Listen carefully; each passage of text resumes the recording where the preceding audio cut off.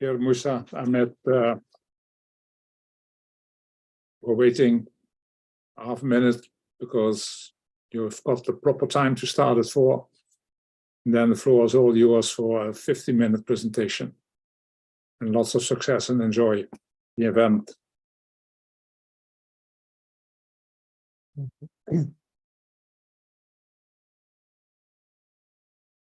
Hereby, I open this academic ceremony in which Musa Ahmed will defend the academic thesis, Essays on Development Economics, Climate Change, Education and Development.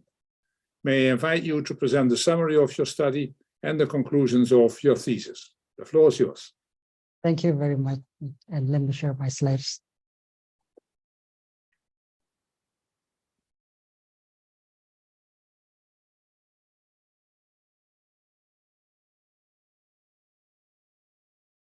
Dear Prorector, dear members of the Corona, dear friends and colleagues, in the next 15 minutes, I will be presenting my summary of my thesis entitled Essays on Development Economics, Climate Change, Education and Development.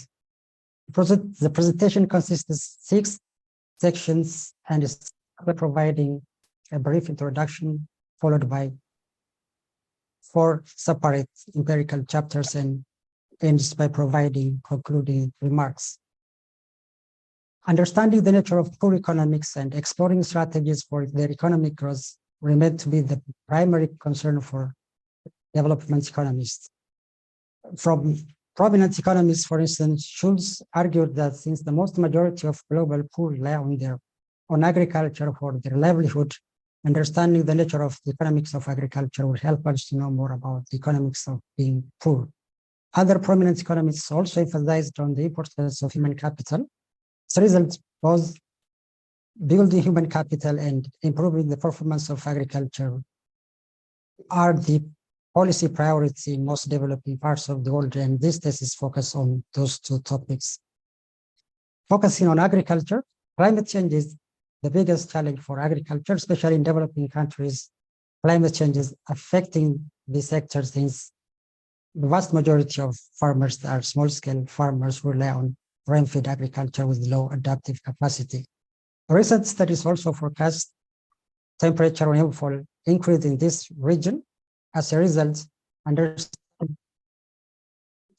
adaptation strategies, improving farmers' adaptive capacity, and exploring the effectiveness of the existing adaptation strategies is important. Existing studies identified, among others, land reallocation, utilization of small-scale irrigation, adoption of drought-resistant varieties, and soil and water conservation practices, some of the existing adaptation strategies. Coming to education, Sub-Saharan Africa has the highest rate of educational exclusion, and there is a fear that this region may not attain the sustainable development goal, which aim to address the universal education for all. Studies identified limited access to school, poverty, opportunity cost, and limited access for higher education as some of the reasons why children are out of school in this region. As a result, this test focus on 4 diverse topics related to climate change and human capital development. Specifically, the study addressed the following questions. Do farmers adjust their land allocation decisions in response to early planting season weather variation? And chapter 3, we answered the question, how does access to small-scale irrigation affect farm household diet quality? And what are the potential impact pathways? In chapter 4, we answered the question, do universities have spillover effects on lower level school outcomes of female adolescents? And in the final empirical chapter, we answered the question whether access to rural roads affect children's school outcome and labor allocation. So in the first empirical chapter, we investigated the impact of early planting season weather variation on farm household land allocation decisions. And existing studies in this area focused on adaptation based on past or historical rainfall variability. However, recent studies are showing temperature increase in the region, and this increase has been affecting several socioeconomic problems. Apart from that, existing studies define land use decision broadly by aggregating all land covered by all crop types. However, from agronomic point of view, we know that each crop has its own moisture requirements, heat tolerance levels. As a result, we focused on single crop, maize, which is one of the major food security crop in Ethiopia. We use data from different sources. The main data comes from the annual agricultural sample survey of the Central Statistics Agency, which annually collects data from more than 36,000 farmers. And we combine this data with weather and environmental data accessed from various sources. Using the weather data, we constructed temperature and rainfall variation indicator for both early planting and seasons. And our main dependent variable is the size of land allocated for maize production. And our identification strategy relied on exploiting random within season year-to-year variation. Our result shows the farmers adapt to early planting season variation by adjusting their land allocation decisions. And we also documented some crop substitution effects. In chapter 3, we investigated the impact of small-scale irrigation on farm household diet quality. In principle, irrigation can affect farmers' diet quality in either ways. It may improve nutrition by improving farm income. It may also negatively affect by causing shifts farmers' attention away from the production of nutrient-rich food items, especially in rural areas where the main food comes from own production. This shift might affect the availability and type of food available to farmers. So we use data from the Ethiopian Socioeconomic Survey, and we consider diet diversity score as our indicator of diet quality, and we tested 5 different potential mechanisms and relied on endogenous switching regression to address the issue of endogeneity. Our result shows irrigation positively and significantly affect diet quality of smallholder farmers, and own production of fruits and vegetables and adoption of productivity enhancing inputs are the main impact pathways. In the 4th chapter, we investigated the impacts of public universities on educational attainment at lower levels. In principle, investments in higher education developing parts of the world are criticized for its high investment cost, lower perceived social benefits, and concern for inequality. However, this claim overlooks some positive spillover benefits, and studies from developed parts of the world have documented spillover effects in terms of innovation and job creation in regional economy. So we focused on developing parts of Ethiopia, developing parts of the world, and investigated the impacts on lower level educational attainment by focusing on female adolescents.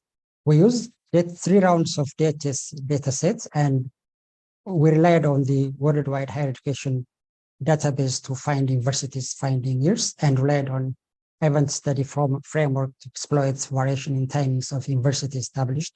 And we supported this with various tests, rollouts, and endogenous problems. Our results shows that universities encourage educational attainment both at primary and secondary levels. And we also documented some behavioral changes such as fertility and reproduction decision, as well as information seeking behavior. In the last empirical chapter, we studied the effects of rural roads on children's education and labor use. In principle, rural roads might affect educational outcomes in either ways. It might improve by improving access to school and parental incomes. It may also negatively affect by increasing employment opportunities. However, existing studies mainly focused on short-term gains like impacts on consumption expenditure, adoption of agricultural innovations, and commercial. So we relied on the LSMS panel dataset and merged it with the road shape file obtained from the Ethiopian road authorities, and used the combination of diff in diff and matching strategies to rule out any endogeneity concerns. We use current enrollment status, school absenteeism, and completion of primary school as our educational outcome indicator, and we use domestic activities, household business, and paid work as labor engagements indicators. In our results, we haven't obtained enough evidence to reject our null hypothesis. However, our descriptive results suggest that domestic time level of interest are the leading factors that are keeping children away from school. Now, the concluding remarks. We highlight the importance of a new policy tool that consider early planting season weather variation, designing climate policies, and estimating the impacts of climate change on agricultural production. We also advocate the importance of crop-specific adaptation strategies rather than having broader national plans. And we believe our study also informs policymakers and practitioners on how irrigation can be used to improve nutritional status in rural farming households. And our study also gives suggestive evidence that irrigation can also use to improve nutritional status at the village level. Besides, our results helps to justify public investments in higher education. As we argue that designing educational policies and evaluating their effectiveness should consider a spillover benefits such as the one that we have documented in this study. Thank you very much.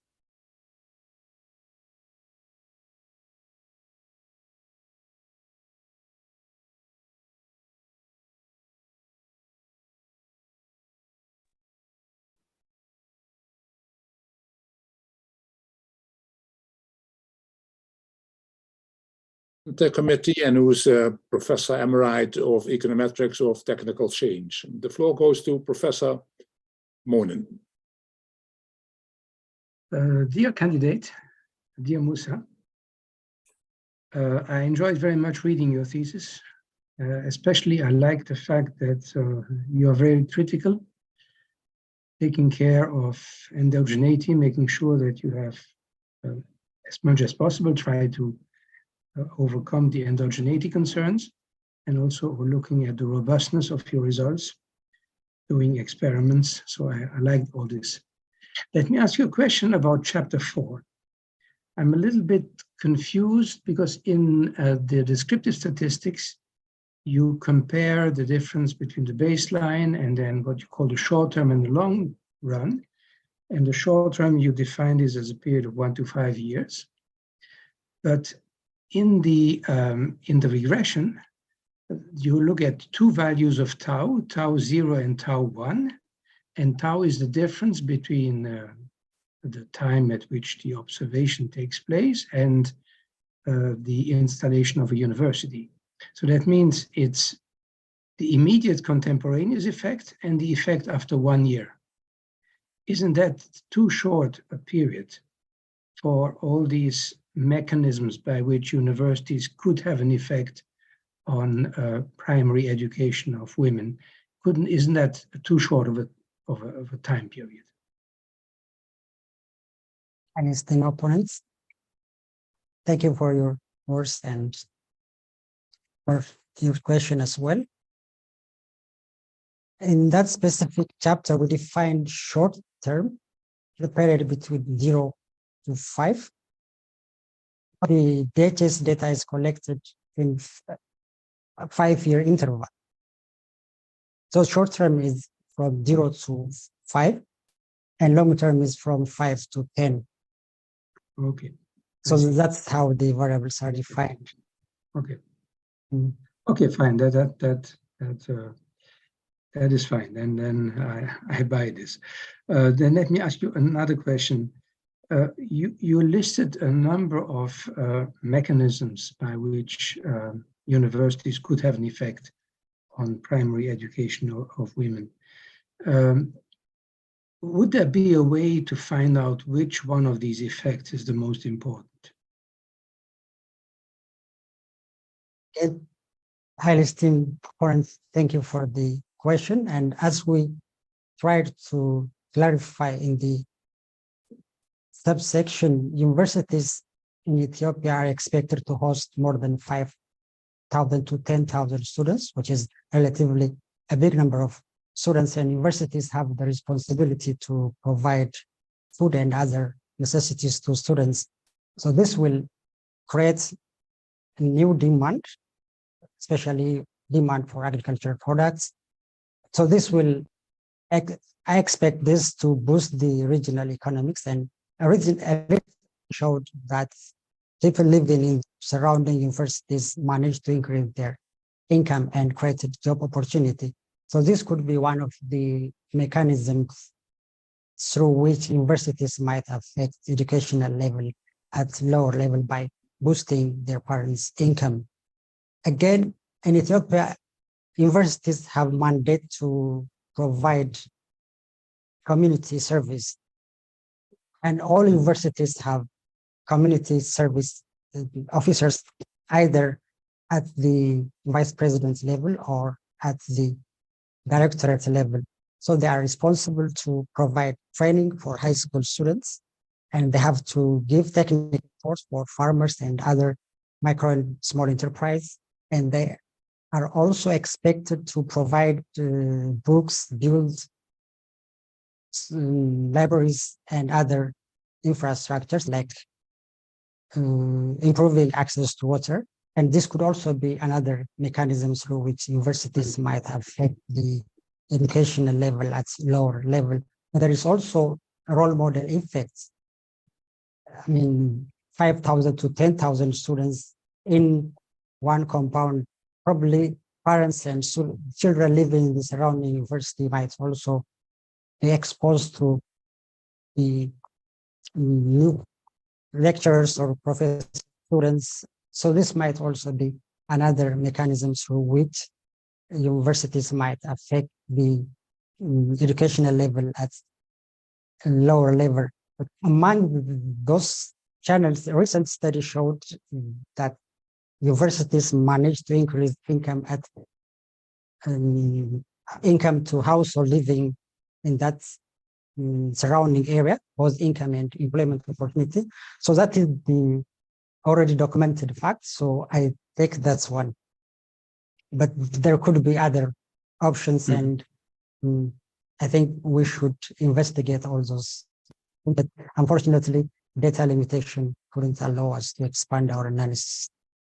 Exactly. I was just going to say you would need data to find out which one of these mechanisms works and doesn't work. Okay, thank you very much. Thank you. The opposition will be continued by Professor Dr. Salvatore Di Falco, who was a member of the assessment committee and who is professor of economics at the Geneva School of Economics and Management. The floor goes to Professor Di Falco. Many thanks, Prorector. Dear candidate, dear Musa, first of all, it's been a real pleasure to read your work. I learned a lot, and I had a few ideas out of reading your work as well.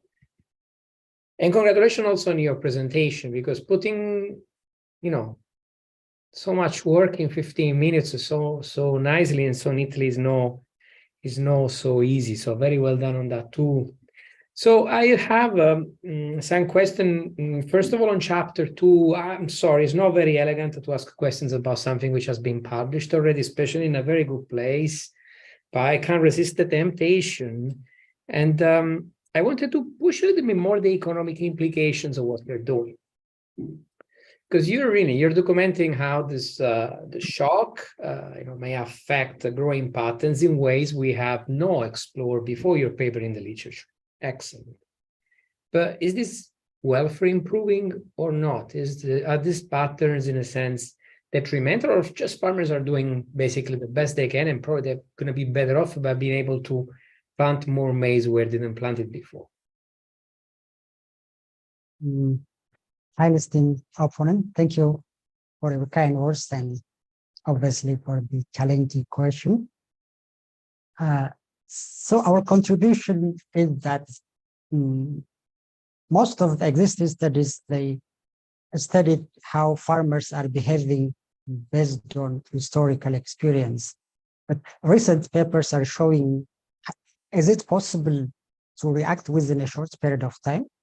And there are two papers, I don't know if there are other papers recently published, but that is what I know when I was writing this chapter. So those papers showed that farmers adjust their planting dates within a short period of time. Or the other option is adjusting input allocation.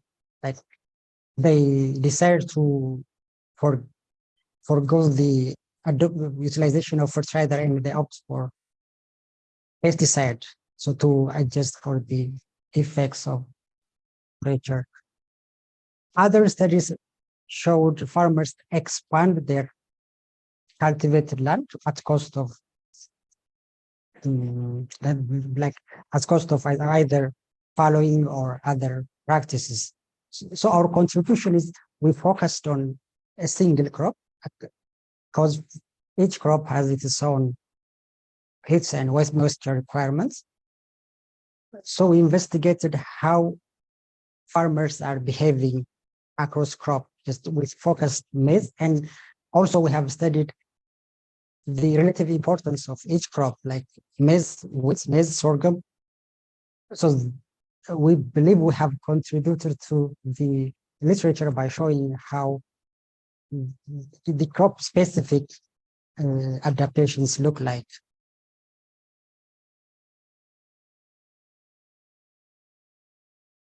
Professor Falco. Thank you, dear candidate. That's a very good and persuasive answer. Thank you. I just follow up on this chapter, and again, imagine this is more of a next steps kind of discussion, conversation. So I was intrigued by the choice of having temperature and rainfall as two different variables given the process you are analyzing. So there are indicators that combine the two things together. And I was wondering why basically you chose to deal with temperature and rainfall in such a different fashion, split from each other, rather than cooking something which had more to do with, I don't know, evapotranspiration or other indicators that are more prevalent in the literature at the moment. Hi, esteemed opponent. Again, thank you for your question. This is one of the options, like a standardized precipitation evapotranspiration index can be used as an appropriate tool for this specific chapter. But here we have two states, like pre-planting and planting. In the pre-planting stage, rainfall is not common. Apart from that, we are working with a single crop, so we can study the effects of both rainfall and separately. We have, if it was like for the general agriculture, we might use a standardized index, but here we are focusing on a single crop, and we know the temperature requirements of maize, we know the moisture requirements of maize. So since we have a single crop and we are working on two separate states, where in one stage there is only temperature, but in the other one only temperature variation, we decided to separate them rather than merging them as an index. Okay, thank you. So Thank you. last on chapter 3, which I found very, very interesting, this paper. I was I was intrigued by the fact that at the end of the day, having the opportunity to grow more cash crops may have this kind of implications on diet. And I was wondering if maybe being close to a market may change qualitatively your results. So if I sell a cash crop, but can I still buy the vegetable nearby, if that would, in a sense, actually have a completely different characterization of your finding? Have you thought about, exploring the analysis, considering, how far the markets are where people can buy foodstuff?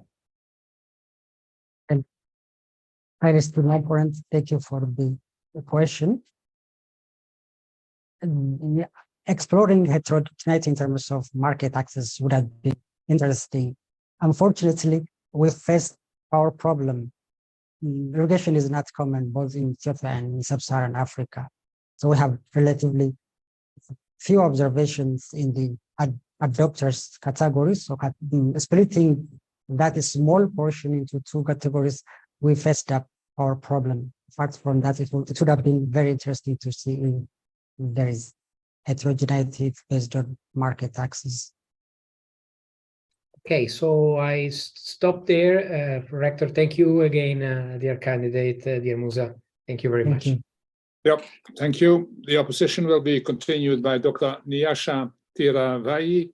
She was also a member of the assessment committee, and she's the social policy manager at UNICEF Office for Research. The floor goes to Dr.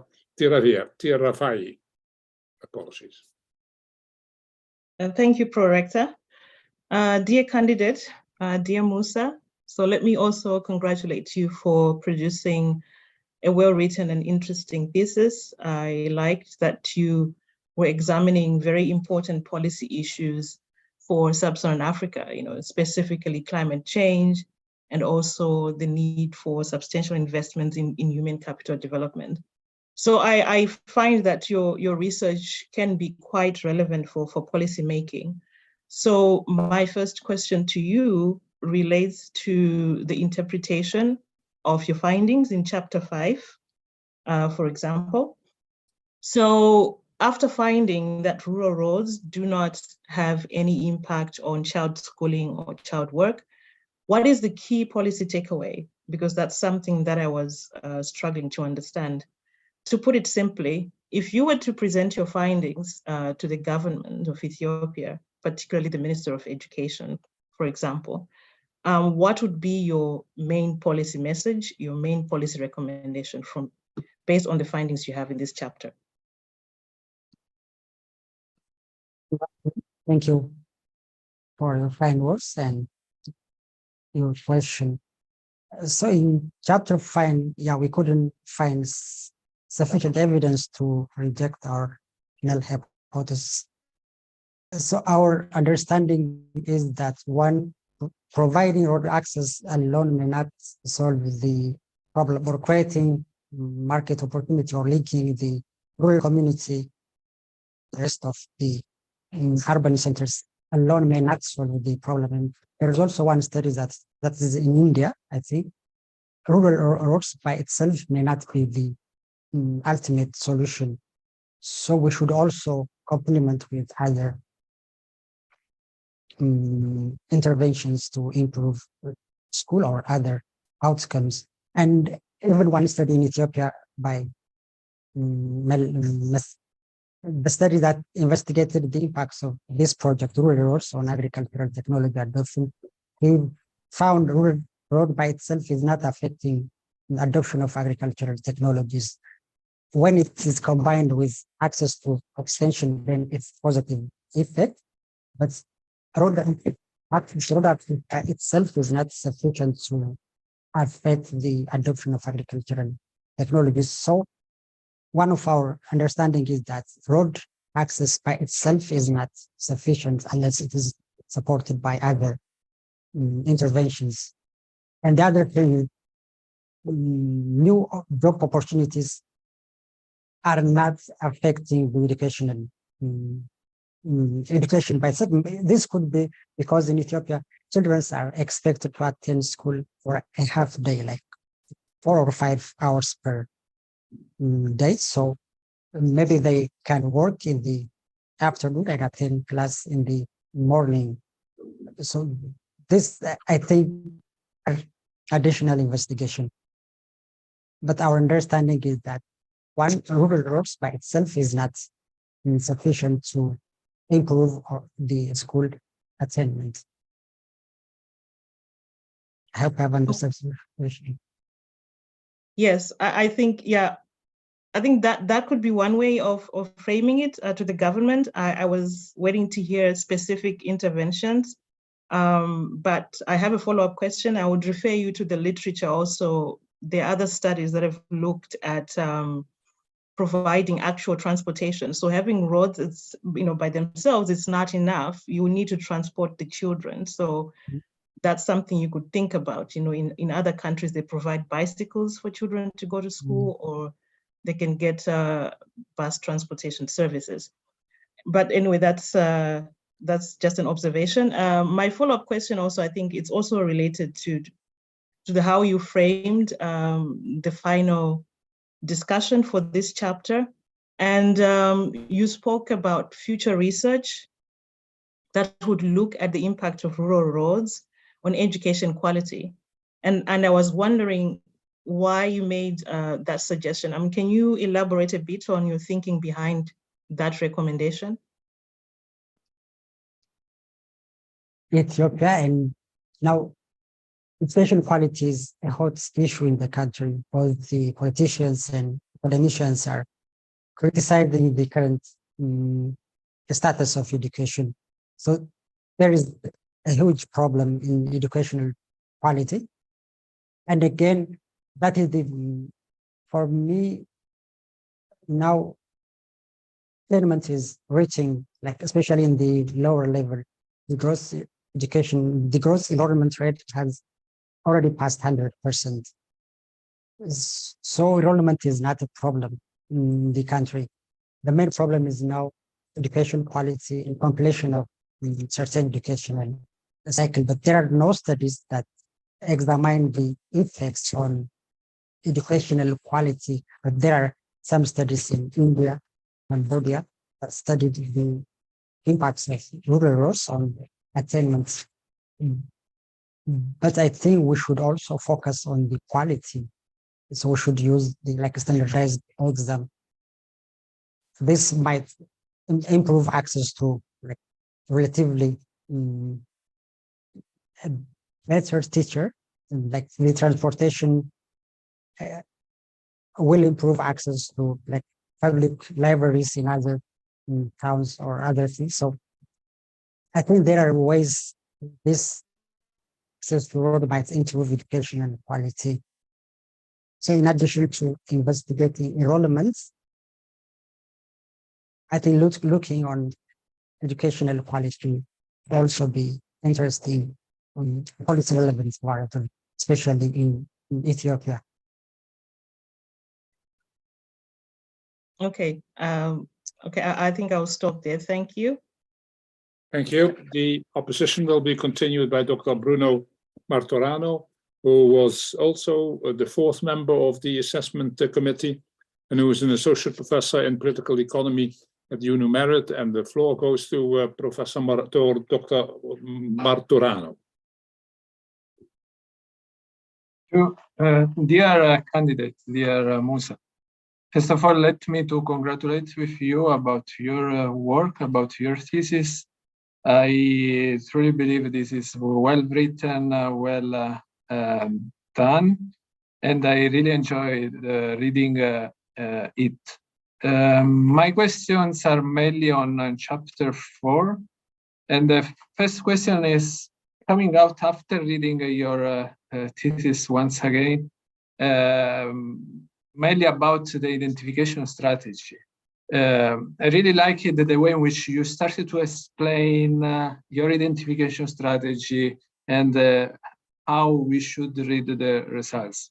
And I also was pleased about your effort to explain how basically we can say if the results establish some causality or not. Mainly about page 86, you were explaining how these different universities were established, were funded.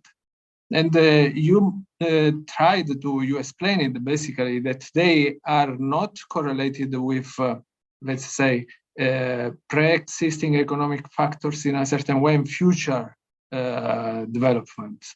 But you also said to the end of this paragraph that they might be related with political factors and equity reasons, which are related to the fact that the government want to invest in the most disadvantaged areas. So I wonder if, in your opinion, these could affect, these points could affect your identification strategy. And if no, why not, in your opinion? opponent, thank you for your kind words and some challenging question. So in the identification strategy, we tried to change the outcome indicator, the sample size, we tried in several ways to see if the result is consistent. So one of the approach is we restricted the study area. So those areas like which are not comparable are already excluded. So we are in the first stage, we compared only those who obtained university. So those are like areas which are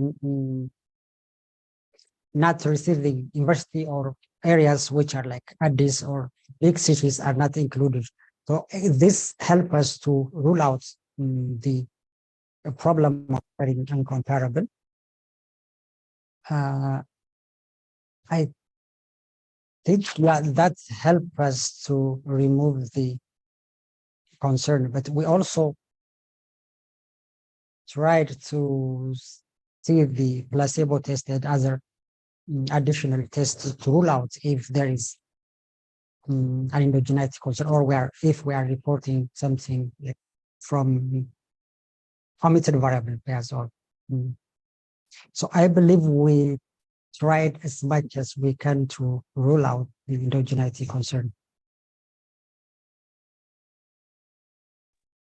Okay, so if I can, in the same chapter, I was also, I think the topic is super interesting. Let me to clarify, I really like it. And I also like it, your way of presenting it. But then I was also wondering one question, about the topic, about your main dependent variable. In particular, I want to know why you are mainly focusing on female adolescent, and why we should expect that this program may affect female adolescent and less, or I don't know, male adolescent. So I think this is, I'm not totally sure it's well explained in the chart. If you can elaborate. Esteemed opponent, thank you for the question. Again, we relied on DHS dataset, and they mainly collect data from women aged from 15 to 49 years of age. So one of the reasons is the availability of data. So that's why we restrict, starting from the title. This chapter is all about female. So we are not comparing male and female. We only focused on female adolescents, and our main reason is data restriction. Because we started, the baseline is 2015, so LSMS, they started in 2011. So we don't have other available data collected at national level. So the only source is DHS. So we restricted the analysis on female adolescents. So that is the main reason. That's okay for me. Thanks. Thanks. Thank you. If one hears some hammering in the background, my neighbor is kind of restoring his house, so I'm trying to keep the noise down. But the next opponent is Professor Dr. Eleonora Nilsson, who is a professor of public policy and development at UNUMERIT at Maastricht University. And the floor goes to Professor Nilsson. Thank you, Mr. Pro-Rector. Respected candidate, I also would like to congratulate you on the completion of what I think is a very interesting piece of work. Of course, I also have some questions. So my questions are on chapter 5. And given how the discussion here has been evolving, I'm going to deviate a little bit from the questions that I prepared. And I'm going to start off with a technical question. So in the other chapters, you've spent quite a lot of effort and time on taking into account all sorts of concerns related to identification, heterogeneity. And when I read this chapter, I was a little bit surprised that here you seem to be very convinced that doing a matching and a diff and diff is going to solve the problem of identification here. So I'm going to challenge you a little bit on that. So my first question is related to your matching variables. So you're matching on community level variables. And what I often see in matching is that people also match on pre-intervention outcomes, which is something that you don't do. So maybe could you tell me why you chose not to match on pre-intervention outcomes related to schooling? Hi, Liston. Thank you for the kind words and obviously the challenging question. So as you said, we matched on the level, mostly exogenous factors which are beyond the control of the children or the those are considered in the analysis. Yeah, I should accept this, and which would included the outcome variables. Yeah. Okay. Let me follow up with another question. And that has to do with what you also said in the presentation, or what is also written in the text. So I think Ethiopia is quite big on infrastructure and road infrastructure projects. So this is not the first road infrastructure project happening in Ethiopia. You also talk about a recent road expansion, right, in the rural areas. Given that you're unable to test for parallel trends, given the limitations of your data, knowing that this is only a recent expansion of road infrastructural projects that have happened in the past, we should not be worried about parallel trends not holding here. And could you reflect on that? I totally agree. We tried to discuss this as a limitation of the study. We relied on the LSMS. So LSMS started in 2011, and the GTP, or the gross transformation program in the country, started in the same period. So we only looked on roads constructed in that period of time. We couldn't test the parallelity because of the absence of data. We only have one round survey before the expansion of the road program. So we accept this as the limitation of the study, and we have indicated in both in the limitation of the chapter and the limitation of the conclusion part. But let me follow up on that, because you're saying we only have the LSMS data available to us. But of course, given that there were road infrastructure projects in the 90s, for example, administrative data, for example, might have been available to you as well. So not necessarily, LSMS data to sort of do a very strict test of parallel trends using the same sources of data, but anything that you would be able to get your hands on, I would think, in terms of, trying to convince the reader that these areas were the same before the program actually was implemented, would have made for a much more credible identification here. Yeah, I totally agree with you. Okay, and then my last question. So you said in your presentation that having no interest in schooling may be sort of underlying the fact that you don't seem to be finding much, which sort of confused me, because if I look at your table 5.3 on page 131, if you look at the control and the treatment, so no interest in schooling, or being enrolled, that percentage is much lower in the treatment group. So, I mean, you pooled these data across the two survey rounds, which I also did not completely understand, because I would think if you have this information for your post-intervention outcomes, that would give you some sense of, whether this might be some of the underlying channels.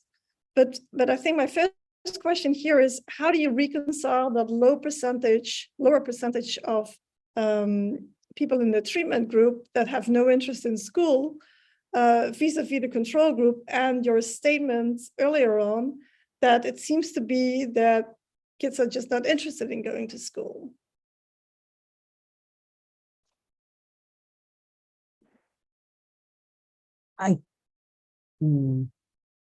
Yeah, here we didn't compare the rhythm across the treated or untreated group because of, again, the issue of power.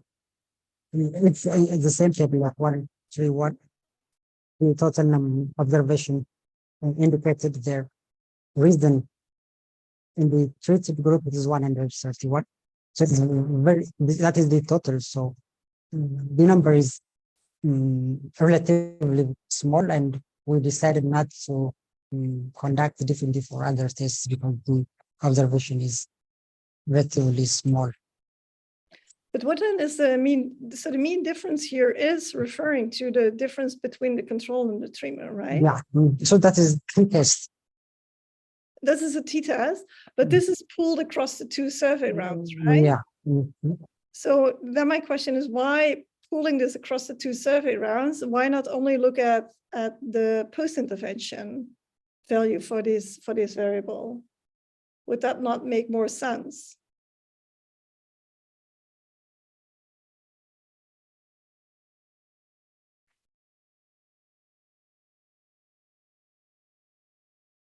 Yeah.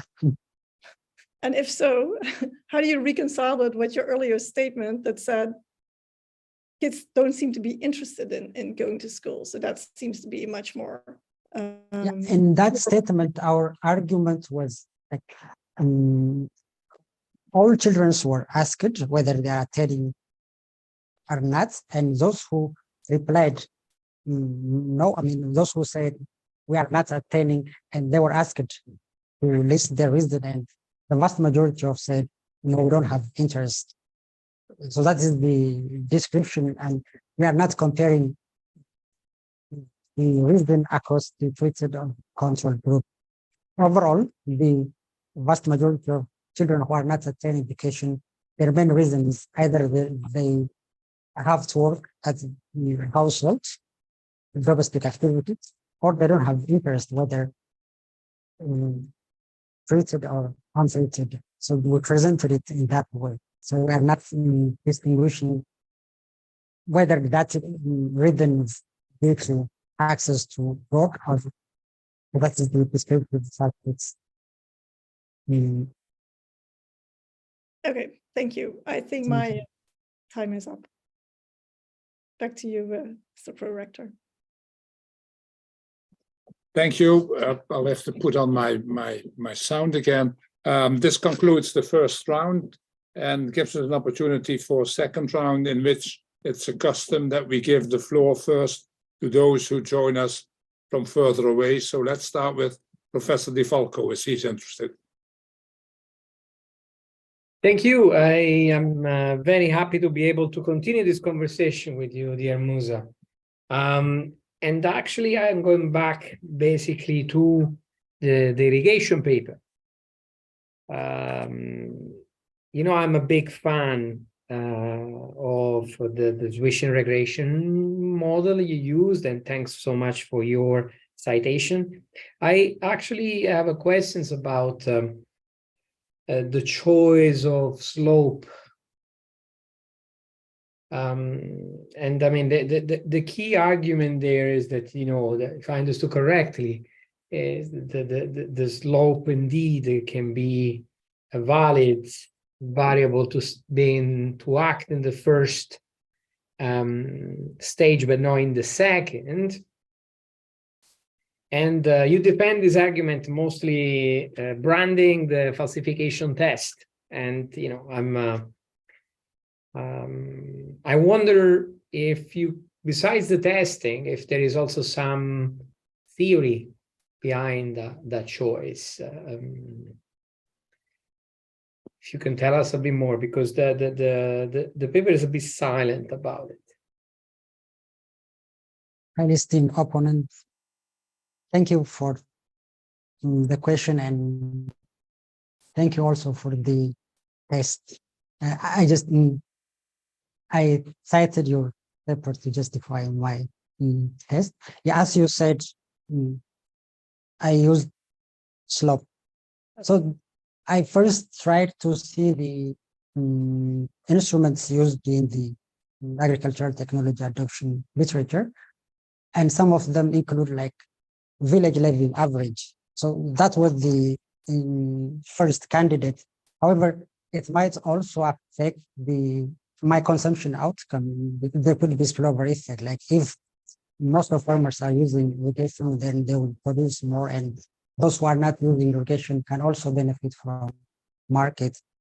That's why that candidate, we decided not to use that one.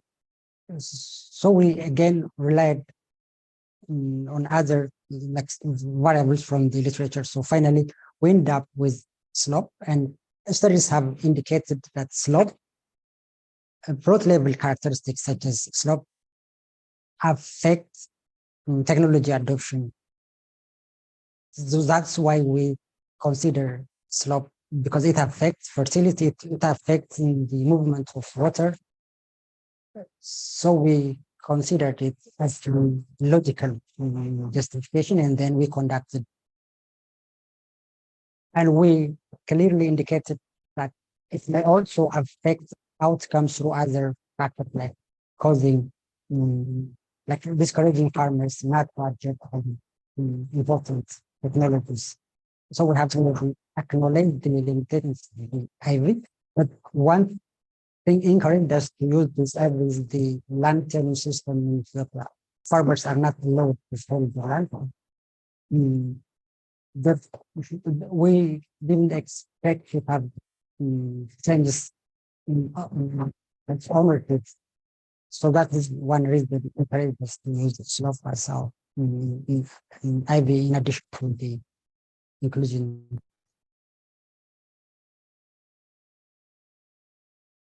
Thank you. I think I stopped there, Prorector.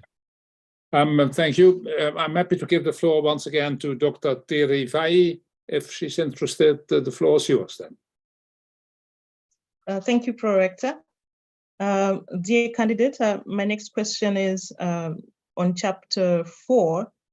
I noticed that you did your empirical research, your analysis focused on some gender-related outcomes, like in section 453. And you also refer to gender inequality in education in Ethiopia. So I was wondering whether you have also considered the role of gender norms, especially in shaping or moderating the impacts that you are looking at here.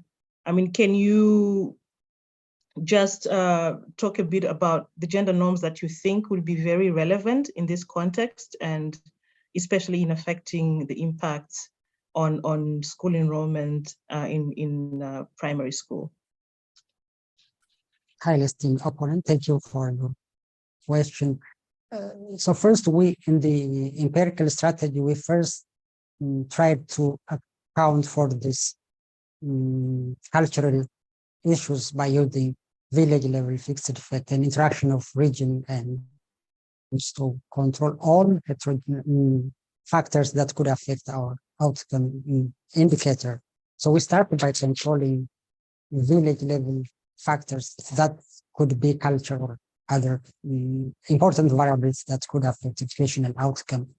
Once we controlled that and estimated our outcome indicator, then we proceeded to additional outcome indicators. And one of the factors that we examined was if universities affected empowerment, like participation of female in decision-making process. And we found that in girls living close to universities, they are now participating in decision-making related with spending, household spending, and healthcare decisions. So we have found positive and significant improvements in that specific aspect. And though the sign is significant, when the sign is positive, it is not significant in the case of the domestic violence, but the sign is positive. So those are the two additional factors we considered. But you said in the earlier question, there are other potential mechanisms like changing parental income, the role model effects, investments in the university, in the local community. So since we are not able to explore all those potential mechanisms, we abstain from claiming those are the only mechanisms, those the gender-related outcomes. So we presented them as an additional outcome. As we said, most universities are affecting the norms, such as participation of girls in the decision-making. But since we are not able to explore all available mechanisms, so we presented it as separate additional results. Thank you. Thank you. I'm looking at Professor Moinen. Would you still be interested, Professor Moinen, for another question or issue to bring to the floor? Sure. In chapter 5, you look at the effect of roads on school attendance and school performance. And in the discussion of the results, you also admit that maybe you should do more than just building roads to get people to school. In chapter 4, you look at the effect of universities on schools. Could you combine the data on universities and the data on roads to look at the complementarity between the two? Yes. Highly esteemed opponent, thank you for the interesting question. Yeah, the expansion of universities started in 2005, and the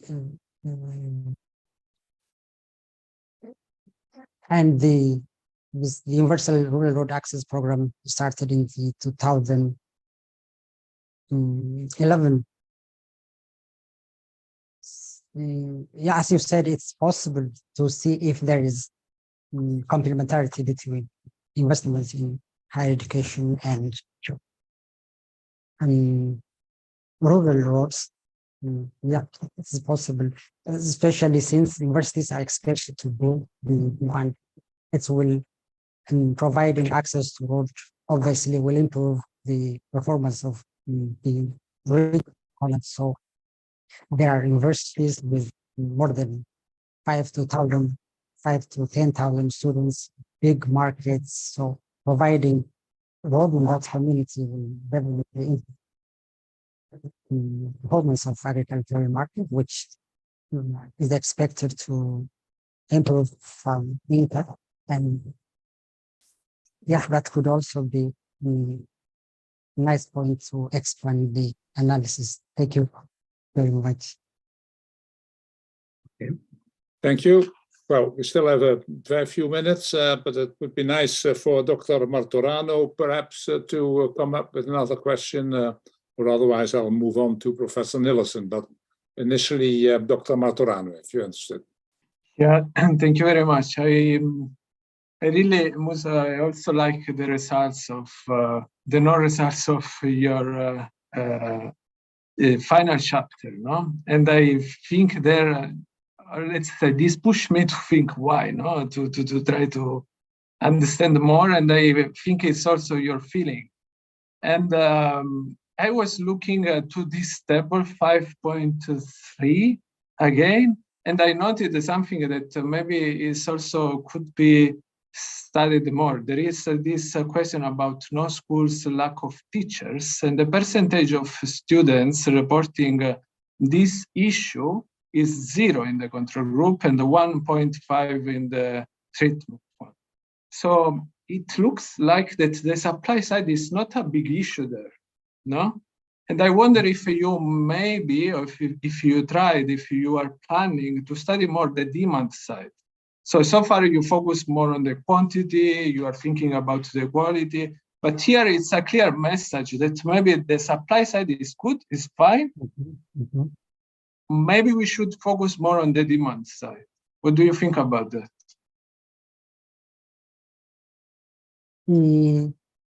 Steve, thank you for the for the question. And as you see the chapter, the appendix is too large because we were also trying to justify why we found the insignificant effect. We tried to use other outcome indicator. We tried to change the sample. We tried to use other estimation techniques, and the results was consistent across all those estimation techniques, whether we change the estimation or not. So as could focus on the why aspects. So we should again, focus on the demand, and some of them also clearly indicated they don't have interest to learn. Beetle, sorry for interrupting you, Musa Ahmed, but the Beetle has announced, but was there any sound that the hour has passed, and that means that the degree committee here present online has assessed the quality of your thesis and your friends. At least we're going to do so because now the time appointed for defending your thesis has passed, and the degree committee will withdraw to discuss the quality of your thesis and your defense, and will then assess this, as I said. I request that you and your company await the results of our deliberations and our return here in this room. Thank you.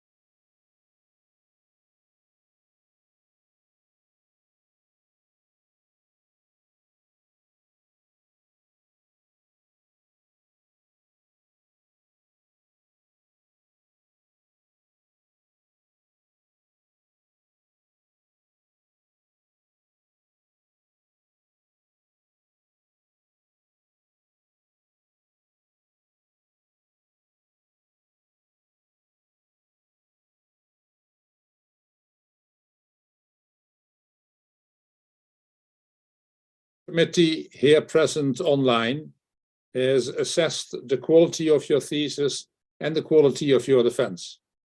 And in view of its positive verdict and taking into account your previous qualifications, the degree committee has decided to grant you the degree of doctor.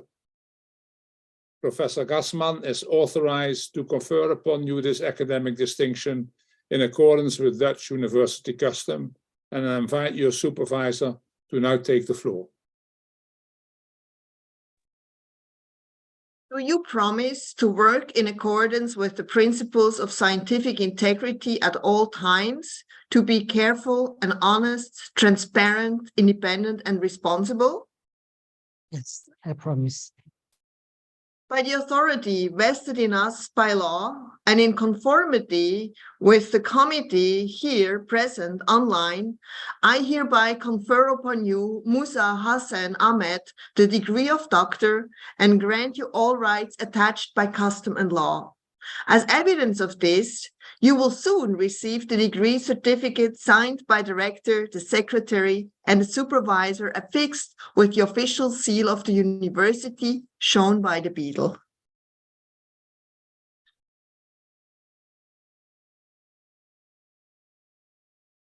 Thank you.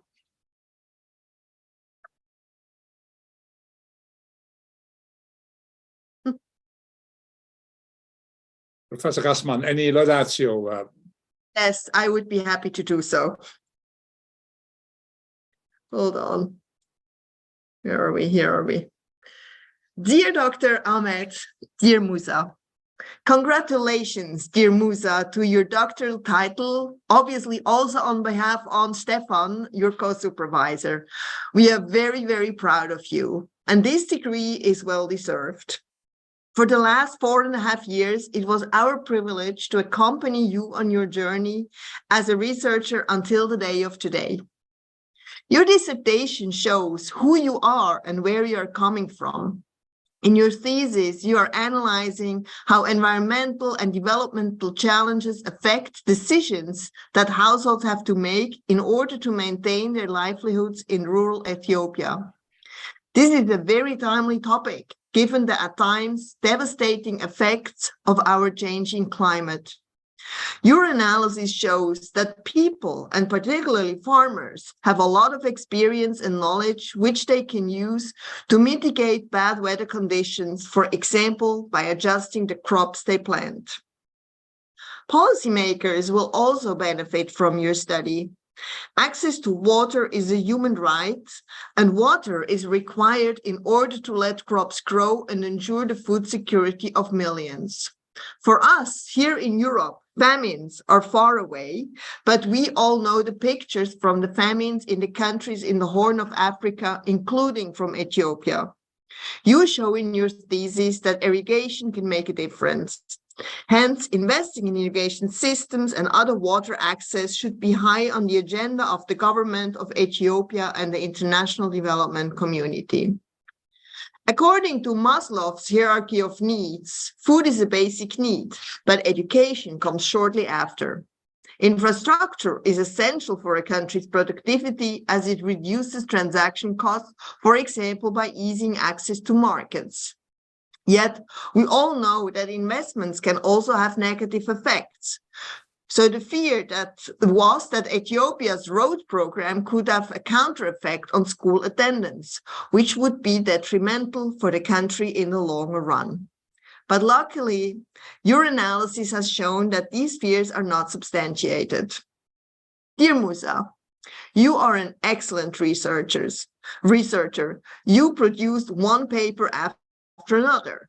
Not only do you have very strong quantitative skills, but writing also comes to you easily. You had a lot of null findings, which is a challenge to every researcher, and we gave you a very hard time by asking for one robustness check after the other. But the results held, and you were never wavering. You know exactly what you want to do and achieve, and you're often right about it. Despite possible concerns about your topic in the first year, it was too much, it was too broad. In the end, you did exactly what you said you were going to do and even more. This is quite an achievement. We, your supervisors, only got to know one side of you, dear Musa, the serious, dedicated, and modest researcher. However, from your friends, we have learned that you are also very curious and eager to discover new places and trying new things. And despite appearing shy, you like to mock your closest friends, but you're also there to help them whenever they need you, no matter how busy you are. Dear Musa, a doctoral title is the expression of the ability to independently do research. You have impressively shown this ability over the last few years and totally deserve to be called Dr. Ahmed from now on. We wish you all the best for your future career and congratulations to you. And I hope you're going to celebrate tonight. Thank you, Prorector.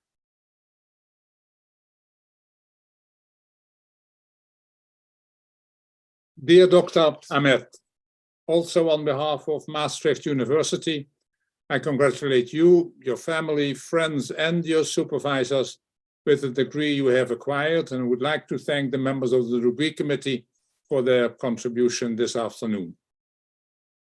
I hereby declare this ceremony ended, but there's of course an opportunity for the members here present to congratulate you in person. Congratulations again.